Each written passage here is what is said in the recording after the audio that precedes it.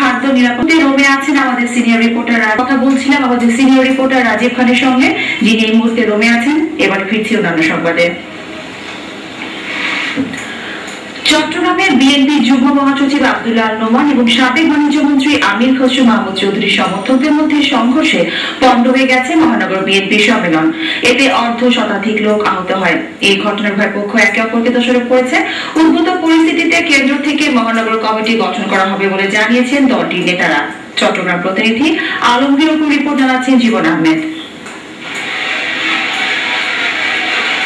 সকালে নগরের ইঞ্জিনিয়ারিং ইনস্টিটিউটে শুরু হওয়া সম্মেলনে বিএনপি চেয়ারপারসনের উপদেষ্টা আসম হান্নান শাহ, মোর্শেদ খান ও মহানগর বিএনপির আহ্বায়ক আমির খসরু মাহমুদ চৌধুরী সহ সিনিয়র নেতারা উপস্থিত ছিলেন।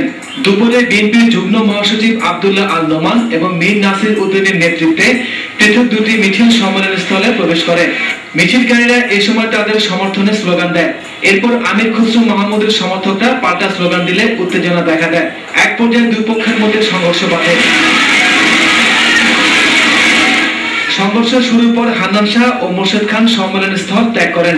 আমির খসরু মাহমুদ চৌধুরী ও আব্দুল্লাহ আল নোমান এই ঘটনার জন্য একে অপরকে দোষারোপ করেন। হঠাৎ করে একটা মিছিল আসলো, ওই মিছিলে দেখলাম নোমান সাহেব নেতৃত্ব দেন, মুখ্য ইউনিট ঢুকলেন, তারপর ওনার লোকজন একেবারে প্রথমে মঞ্চ দখল করলো, তারপরে স্টেজ ভাঙচুর করছে।